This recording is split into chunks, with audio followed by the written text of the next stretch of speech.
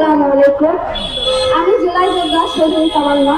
আজকে আমরা যে কারণে এখানে উপস্থিত হয়েছি সেটার মূল কারণ আমরা বাংলাদেশের অর্ধেকের বেশি নারী, কিন্তু আফসোস অন্য এক দলের প্রধান, আমি তাকে ভালোই জানতাম এবং জেনেছি, কিন্তু তিনি যে আমাদের বিরুদ্ধে কথাটা বলেছে তার ঘরে কি মা বোন নাই?